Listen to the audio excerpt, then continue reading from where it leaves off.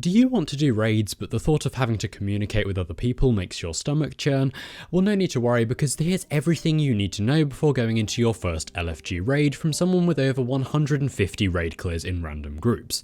To bust a common myth first and foremost, LFG raids are not all bad. In fact, I'd say about 75% of the groups you'll get are either super chill or just barely talk at all. There are steps you can take to increase this chance too. I'll talk more on that over the course of this video. So how does one even find an LFG group? Well, there are currently three main ways. Number one is to use the in-game Fireteam Finder. Simply create or join a group for your chosen raid and the system will connect you with your group. Typically, groups from Fireteam Finder will use game chat, but sometimes they'll give you a Discord link. While this is the easier of the three methods, I found that people on Fireteams tend to be a little more unfriendly compared to other methods. It's not a big difference, but it's definitely noticeable. Don't know if that's to do with it being easier to access or something, I don't know. The second method is to use the LFG Discord. This is my preferred method since the people on here tend to be much more chill. To do this, follow the link in the description that will take you to an invitation page for the Discord. Join it, follow the join instructions on the welcome tab, and you'll have complete access to the Discord. Simply navigate to the channel corresponding to whichever raid you want to do and copy a join code from someone. People are fairly active on here, so it shouldn't take too long. For posts without a join code, there will either be a raid room specified, these are the LFG Discord's own voice rooms, or they'll say DM for invite or something similar. Another advantage of the LFG Discord is that there is a specific channel for Sherpas. These are raid runs where one or two experienced players play with a group of non-experienced players and essentially teach them the raid. This can be a very good starting point for new raiders, but there's often a lack of Sherpas running them, so keep your eye out. The third method is to use the Discord of a content creator you might watch. This is great because you and the group have something in common. The main issue with this method is that it's often quite difficult to find groups this way, but generally the bigger the content creator is, the more active their community will be. For this reason, even if I personally had a Discord server, I wouldn't recommend using it for LFG since I'm pretty insignificant compared to a lot of other creators out there. You're welcome to try in the comments of this video though, don't know how well that's going to work. If you're on console, there's also the fourth method of using some kind of party finder. I don't have a new gen console, so I can't give much insight into these, so I would just stick to the Discord or Fireteam Finder personally. Now with all these methods, particularly 1 and 2, there's certain words and phrases you should look out for to get the best possible chance of finding a decent group.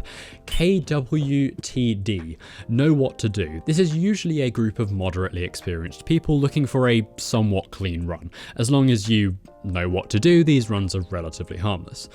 Chill, these groups are generally chill. Teaching 1/2/whatever. Outside of Sherpa runs, these are probably the best entry point if you're completely new to raiding. Just shoot them a message beforehand letting them know you're also learning and would like to join. Have 50/100/X amount of clears. Generally you want to stay away from these groups since they can be very impatient.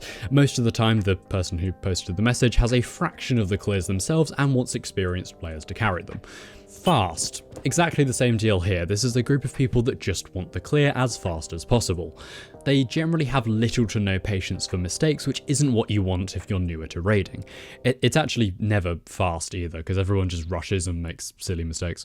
Fresh. This just means the group is starting from the beginning of the raid. I would definitely recommend going for one of these so that you can learn the whole raid at once rather than a single encounter at a time. No mic. While I would highly recommend using voice chat for raids, I know from experience it can cause a lot of anxiety. Some raids don't require voice chat, namely Root of Nightmares, Vault of Glass, and arguably Deepstone Crypt. Doing these raids without voice chat requires a pretty in-depth understanding of the mechanics though, so I probably wouldn't recommend doing this. Just a quick point on mechanics, there are plenty of people willing to teach new players, but if you want to feel super confident going into the raid, I'd recommend viewing one of the Datto/Kakis/Fallout/insert YouTube channel here guides for the respective raid. You obviously don't have to though, learning the mechanics yourself is much more satisfying if you can find a chill group. There are a variety of other things you can do to be prepped as well. I wouldn't spend too long thinking about these, but they're worth considering if you need an extra confidence bump.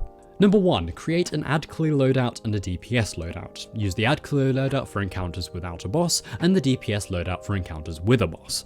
My go-to builds on Hunter are Falcons for ad clear and either Celestial Nighthawk or Star Eater Gathering Storm for bosses. On Warlock, I go with Sunbracers for ad clear and Lunar Faction Boots for bosses. On Titan, I go with Heart of Inmost Light, either Void or Arc, it doesn't matter too much, for ad clear, with Falling Star for damage.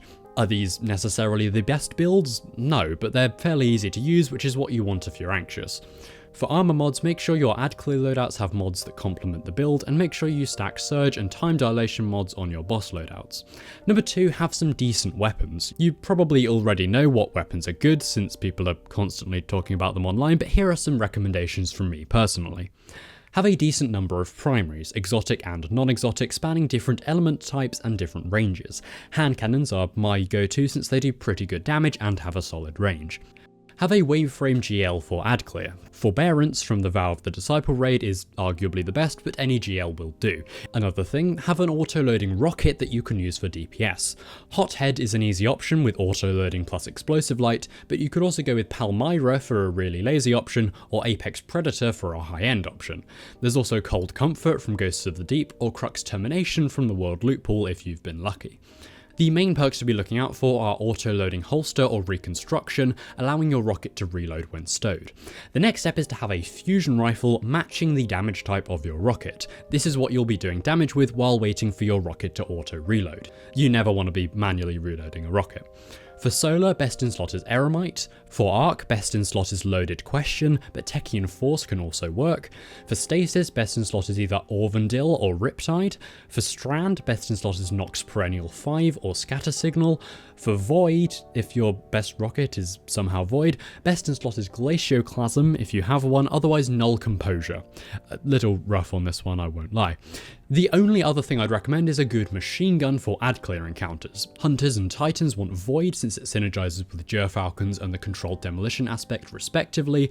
Warlocks want Solar since it can proc Ember of Empyrean.